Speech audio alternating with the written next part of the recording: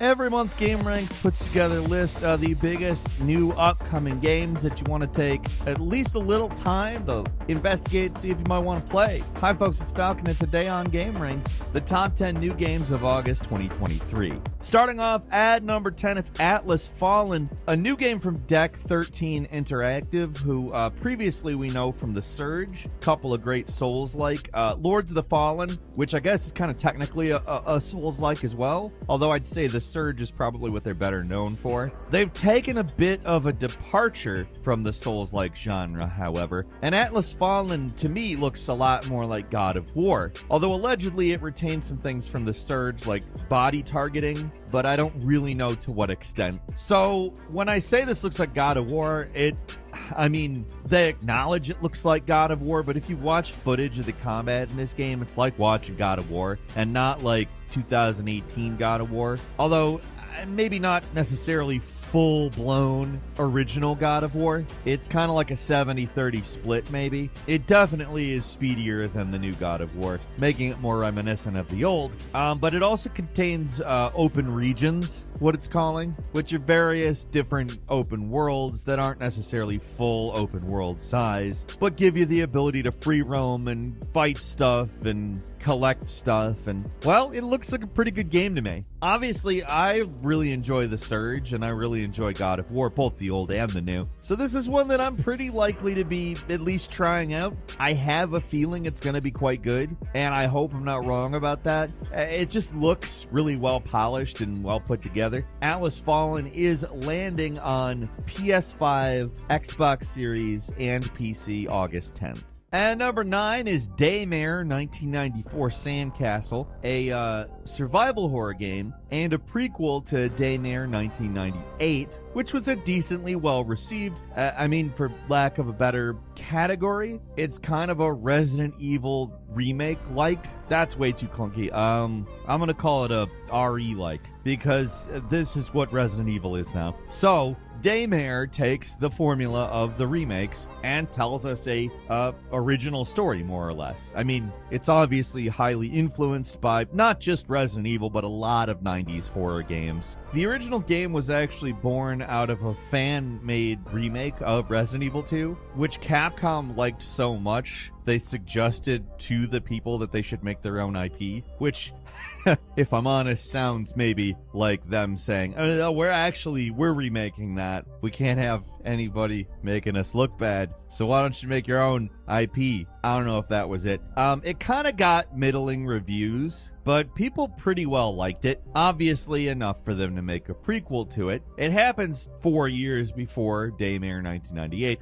Obviously, 94, 98, so and so. It fills out some of the stuff in terms of backstory for some characters, as well as all the events. But I think most interestingly, there is a demo. We talked about this in a recent video talking about things that are coming back. I'll tell you this right now, I'm pretty psyched there's a demo. It seems like they've done a few things to make aspects of 1998, specifically the inventory system, a little more palatable, which is nice. And, I'm obviously excited for more of this world. Daymare 1994 Sandcastle lands on the PlayStations, the Xboxes, PC, and Switch August 30th. And number 8 is Blasphemous 2, the sequel to the 2D Souls-like Metroidvania that focused pretty hard on combat. It is not by any means a stretch to call the original game a hack and slash, but obviously more of the Souls-like variety, even though there's still not a Dark Souls that exists on the 2D plane. Lots of 2D Souls-like seems to have creeped up. That said, from the looks, this sequel has built much more on the Metroidvania stuff than the already, frankly, very good combat stuff. But beyond that, they've also added more weapons, which was perhaps one of the only major weak points of the first game, in my opinion. Being stuck with a single weapon the whole time is not my favorite thing. That all changes here, and the weapons also figure into new environmental puzzles. Overall, it sounds like there's a lot more variety introduced twist here without tinkering too much with the core combat, which is what made the first one good. It seems, in my opinion, that Team 17 has a winner on their hands with this. It appropriately builds on the first game, and, well, I'll certainly be giving it a go when it lands on PS5, Xbox Series, Switch, and PC, August 24th. At number 7 is Ride 5, the next in the motorcycle racing series. Frankly, not a lot of motorbike games exist really on this level. It's a very good, fast-paced, really well put together in terms of physics racing game. The previous game did have kind of crappy AI, but I also don't know that I cared a whole lot. In the sequel, they're touting some of the enhanced weather and those types of things that figure more into simulation type stuff. I don't know why they kind of bill it as a slightly arcadey tinged simulator, but I would say more people are correct calling this Gran Turismo, but for motorbikes. Obviously, I have not played Ride 5, but I played Ride 4, and I found it to be a good game. Ride 5 looks like a better game. It's landing on the PS5, Xbox Series, and PC on August 24th. At number 6 is Sea of Stars, a Chrono Trigger-like that, frankly, 100% is something you should play. If you like Chrono Trigger or old school JRPGs at all, this is where to go this month, probably this year. It lovingly recreates that type of game. It really is so much like Chrono Trigger, but they don't just rest on the laurels of telling you a new story with that framework. They also add a bunch of cool new stuff to the combat system that, frankly, very welcome. Highly recommend the demo, which is available on Nintendo Switch, Xbox, and Steam. They don't have the demo on PlayStation yet. I don't know if it will be before the game comes out or not, but I've played through the demo several times at this point. It's actually been out a little while, and I can tell you without any question that I am extremely psyched for this game. This is a game that plays like probably my favorite RPG of all time, if not my second favorite RPG of all time. Oh, and the story, while I don't really know what's going on completely, in the demo was at least enough to intrigue me and invest me. It wasn't just the mechanics and art that I enjoyed. I actually felt like, oh, hey, this is going to be an actually good story, probably. So, yeah, I don't even really care that it's a prequel to The Messenger. If I'm completely honest, didn't play The Messenger. It looks fantastic, though. I'm really excited to play it. It's coming to the PlayStations, the Xboxes, Nintendo Switch, and PC August 29th. And number 5 is Everspace, a really, really good PC space looter shooter action RPG that looks very much like a space sim and isn't. Initially, I was actually kind of turned off because while I do like a good space sim, I don't love a good space sim because I don't really have the time to get into a good space sim, and I feel like I'm always missing out some of it. This is more like, hey, so here's the outline of a space sim, and enjoy the nonstop action that we're going to throw at you the whole time. That said, tons of customization on ship stuff. It's not as though none of that here. And although really from start to end, it's about 40, 50 hours, maybe 60 if you're a little slow. You can spend like 150 hours in the game if you really want. I played this game on PC a few months ago, and I always thought, man, this is really a console game. There is an audience for this game on consoles that deserves it, and I'm excited for them to get it. Everspace 2 is coming to PS5 and Xbox Series on August 15th.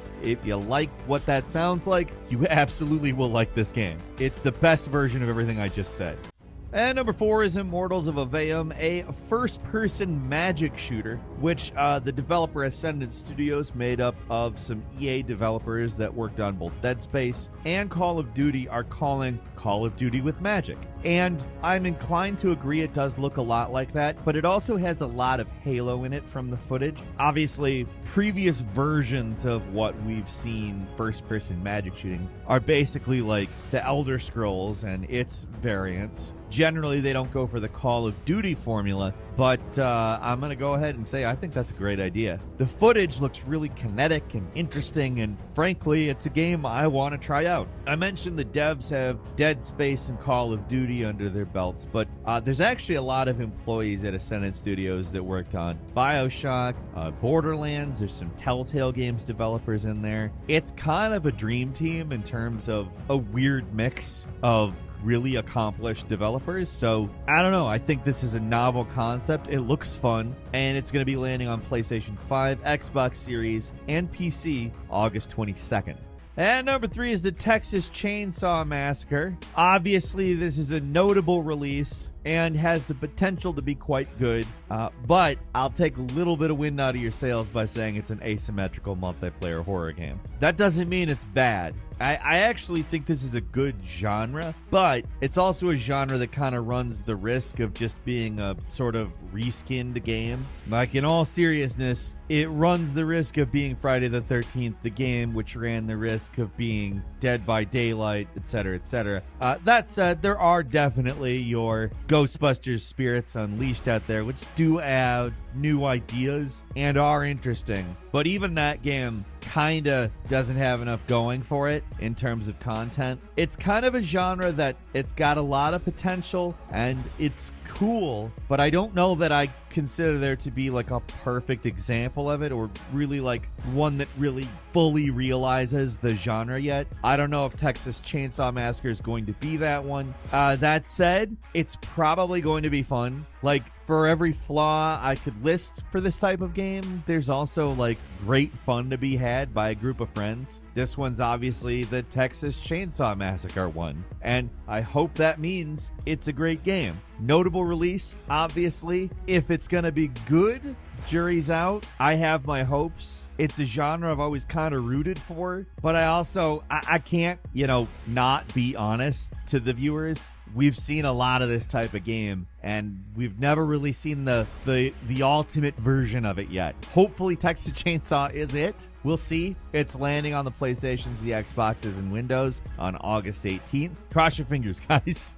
And number 2 is Baldur's Gate 3. It's set 120 years after the events of Baldur's Gate 2. The original 2 Baldur's Gate games, obviously developed by BioWare. Larian Studio is pretty different from BioWare, and it comes in with Divinity Original Sin and Original Sin 2 being reflected in the combat. Baldur's Gate 3 has turn-based combat, which the original 2 did not. However, obviously, it's D&D. Baldur's Gate always has been, and it's based on the D&D 5th edition rules. So I think what we have is a pretty interesting flavor of what we would expect from this franchise. Obviously, Larian is just top of their game, fantastic developer. Cannot wait to see their take on Baldur's Gate. I haven't really had any experience other than a little bit of, footage. Yeah, there is some stuff out there, but for it being the 3rd Baldur's Gate game, there's actually not quite as much as you'd expect. I don't think that that's a bad sign, though. I think they know that they've got something good on their hands and that people are going to be craving for it. So I'm ready for Larian's take on Baldur's Gate. It's landing on PC on August 3rd. And finally, at number 1 is Armored Core 6 Fires of Rubicon, the latest in what we basically thought was an abandoned series. In all seriousness, Armored Core are fantastic mech games, and the last one happened in 2013. It was actually a spin-off of Armored Core 5 called Armored Core Verdict Day. It served as a direct sequel to Armored Core 5, but it's been so long it's almost hard to remember. And then you see footage of the new Armored Core, which looks like a fantastic version of Armored Core. They didn't change anything about it, at least in terms of, mechanics. It looks exactly like what I remember Armored Core to be, and that's great. That's exactly what I wanted. I didn't want them to make a Dark Souls game that they were calling Armored Core. I wanted them to make Armored Core, and it looks like they are, albeit with much, much better graphics. Armored Core 6 is landing on the PlayStations, the Xboxes, and PC August 25th. Couple of bonus games for you. Bomb Rush Cyberpunk particularly of interest to moi. I am, of course, a huge Jet Set Radio fan. Bomb Rush Cyberpunk, inspired by, looks great, really retains what we want, really looks like a spiritual successor to Jet Set Radio. Does have some fairly different stuff, though, so we'll see exactly what that entails and how good it ends up being. I'll be playing it for sure. That's landing on PC and Switch August 18th. We're also getting a DLC for Atomic Heart called Annihilation Instinct. You bring in some new weapons, some new enemies, new characters, new glove abilities. Looks like it's going to bring us some nice big new bosses as well, including a big old spider mech. It's got a cool trailer, and obviously Atomic Heart was a very interesting game. Annihilation Instinct is landing on the PlayStations, the Xboxes, and PC August 2nd. And finally, Firewall Ultra, a tactical FPS for the PSVR 2. It's a surprisingly elaborate-looking team shooter set in VR, and frankly, it's probably the best-looking VR shooting game. It's the sequel to Firewall Zero Hour, which came out on PlayStation VR 1. I don't really remember it, if I'm completely honest, but this game looks great. It's landing obviously exclusively on PS5 on August 24th. And that's it for today. Leave us a comment, let us know what you think. If you like this video, click like. If you're not subscribed, now's a great time to do so. We upload brand new videos every day of the week. Best way to see them first is, of course, a subscription, so click subscribe. Don't forget to enable notifications, and as always, thank you very much for watching this video. I'm Falcon. You can follow me on Twitter at Falcon the Hero. We'll see you next time right here on Game Ranks.